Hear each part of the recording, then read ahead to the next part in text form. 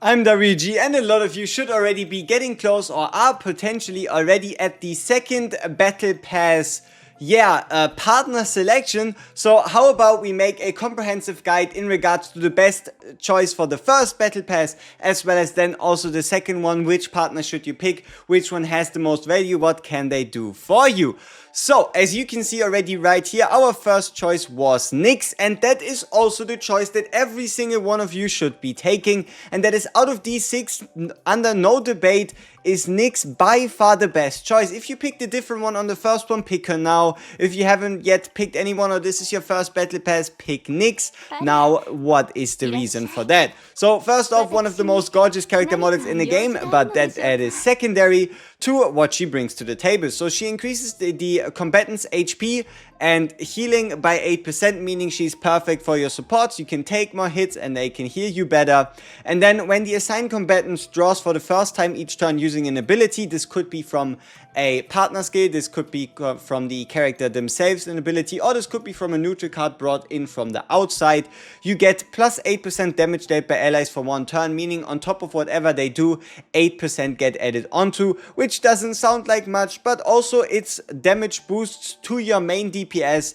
So it's it is rather rare to find items or partners that give a team-wide damage boost rather than just for the character themselves. Like for example how gear sets are only for the character that wears them, whereas this one specifically boosts allies. But no, it is all in the Errante Hurricane, and that is you can discard up to 3 cards and then draw however many cards you've discarded plus 1, meaning that this is a 4 EP 4 draw plus 3 discard. The way this also works is, for example, if you have yourselves the Eternal Hunger Forbidden card, you can discard that one, then draw it later to again get the 1 AP 1 draw effect. You could also discard Dirge Bullets with this one to shoot the Dirge Bullets. You could also combine it with the Nia discard effect, or simply speaking, if you have yourselves the 9 cost Ecstasy of Violence, this 1 EP skill is reducing the cost of that skill by 4 if you discard 3 cards, meaning you go down from a 9 cost down to a 5 cost.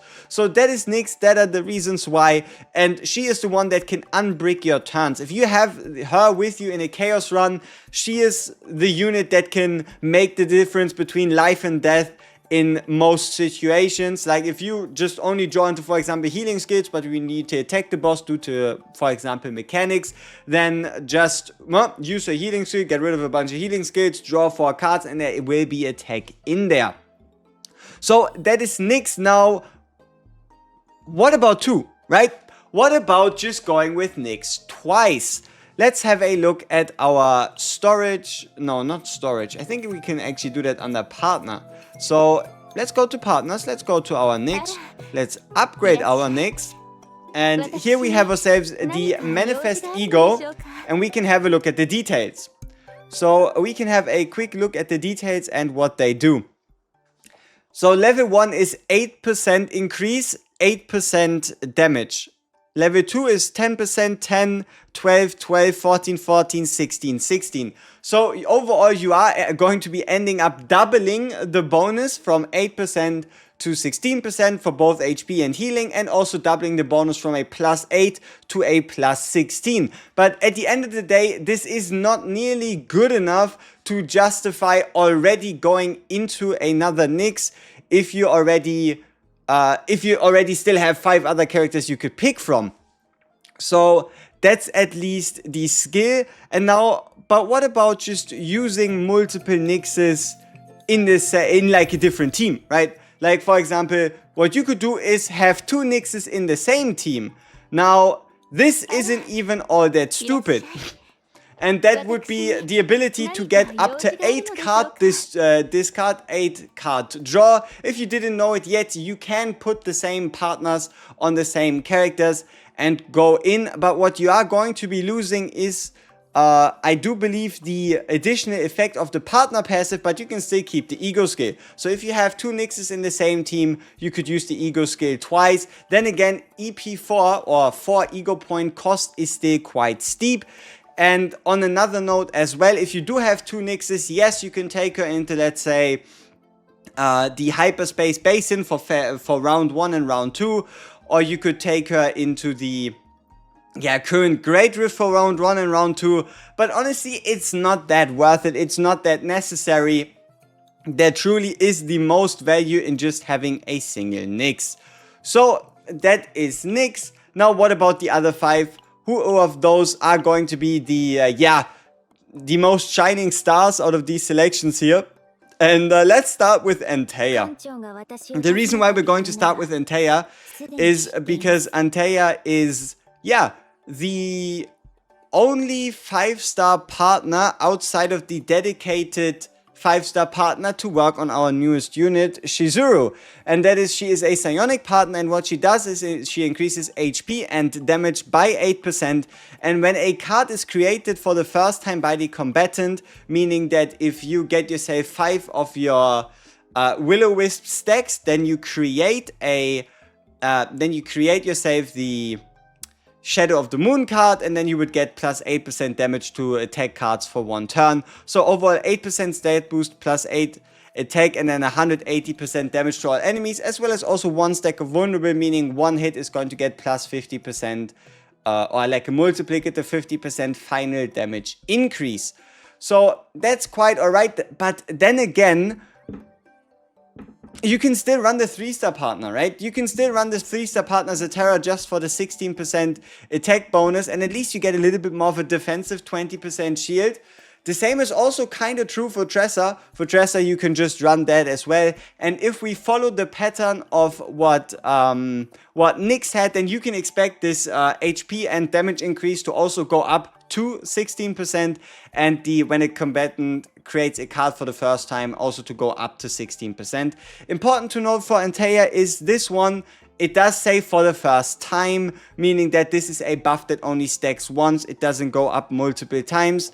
And something that I'm kind of, just thinking of at the moment, especially now that we've already talked about a few partners, is the fact that the devs said they were going to do something for the 3-star versus 4-star, 5-star balancing. So they might actually buff Battle Pass partners, which would make this here a bit weird, but we'll just have to go by what we have. So Anteia, honestly, she's a decent option if you wanted to smack somebody on your Shizuru. You don't really need her on Tressa, you don't really need her on Kayron. We don't have any more psionics than that. So for now, there's not that much importance on Anteia. So then let's have a look at Eishlen. So Eishlen herself is again same 8% bonus for shield, 8% bonus for health, so nothing offensive.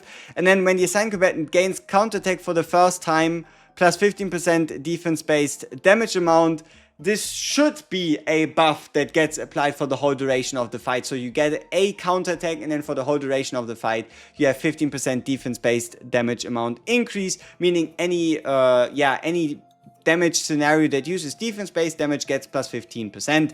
So it's just a nice damage buff, and it's one of the few things that actually, affects counterattacks and makes them stronger so that they can scale further.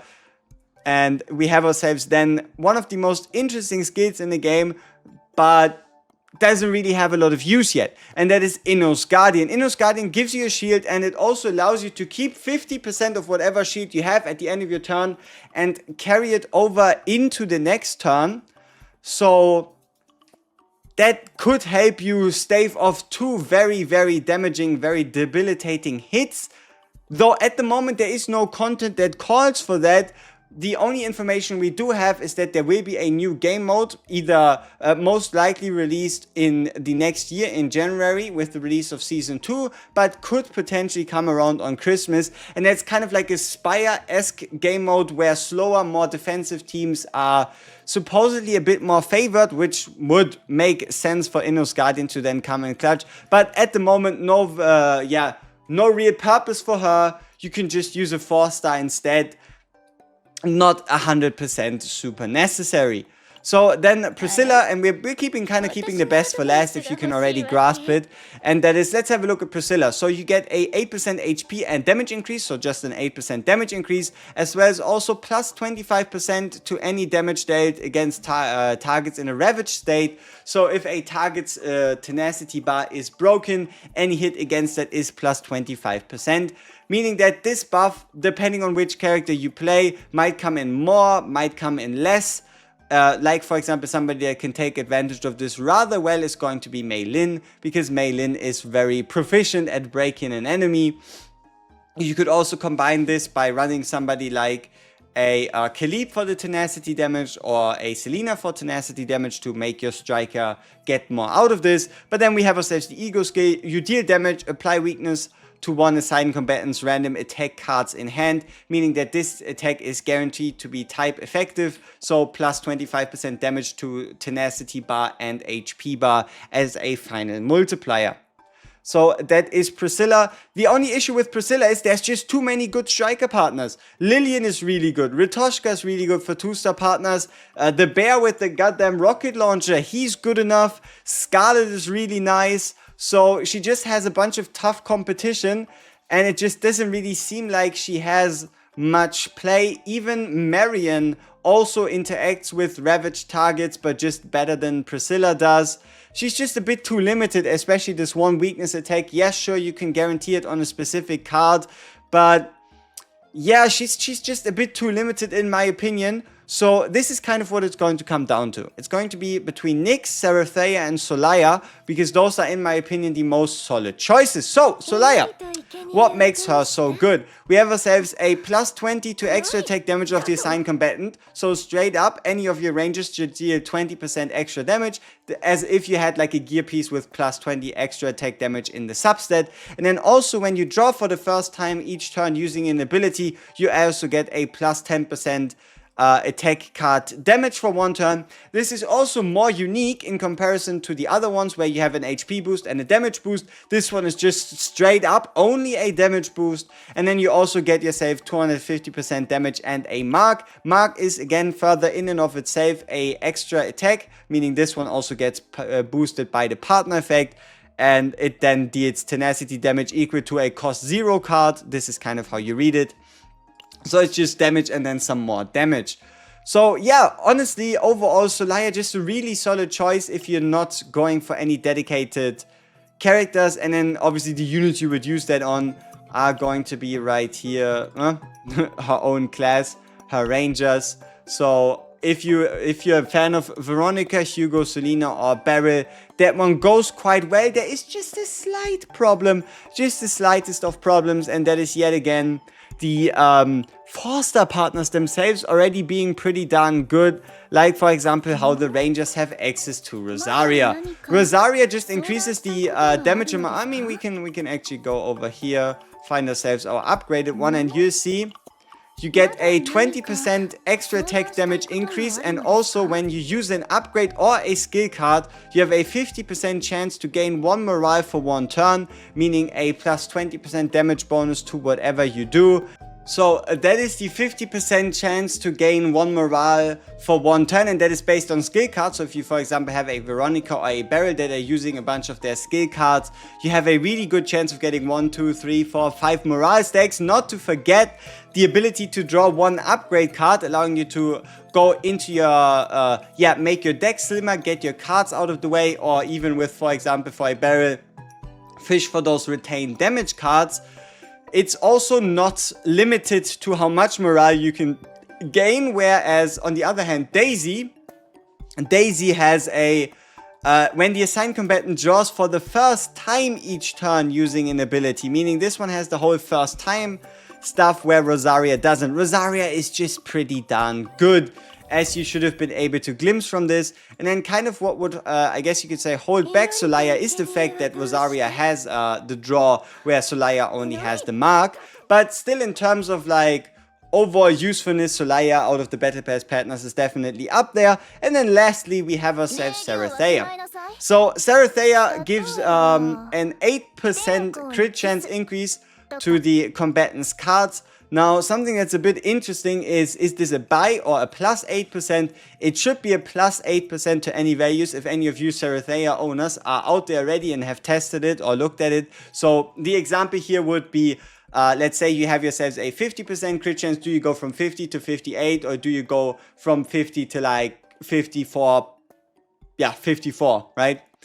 That's the big question here. But overall, when the assigned combatant attack results in a critical hit, you get plus 3% critical damage, stacking up to 5 times, giving you plus 15% crit damage after 5 crits. Should be easy to get, is not turn limited, meaning it stays the whole time. And you also get yourselves 2 vulnerabilities for the next 2 hits being 50% stronger, as well as some extra damage on top. So overall, just kind of straightforward.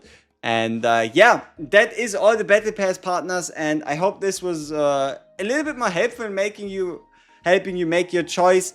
It's kind of going to come down between getting another Nyx to either upgrade or use it a second time, or then probably a Solia or Anteia. At the end of the day, the best tip I can still give you is only pick a partner for a class in which you most likely won't be going for a dedicated partner. Like, for example, you could pick an Anteia for a K-Run if you are 100% sure you never go for a Briar, which kind of is a bad idea, but if that's your stance, then that would make more sense.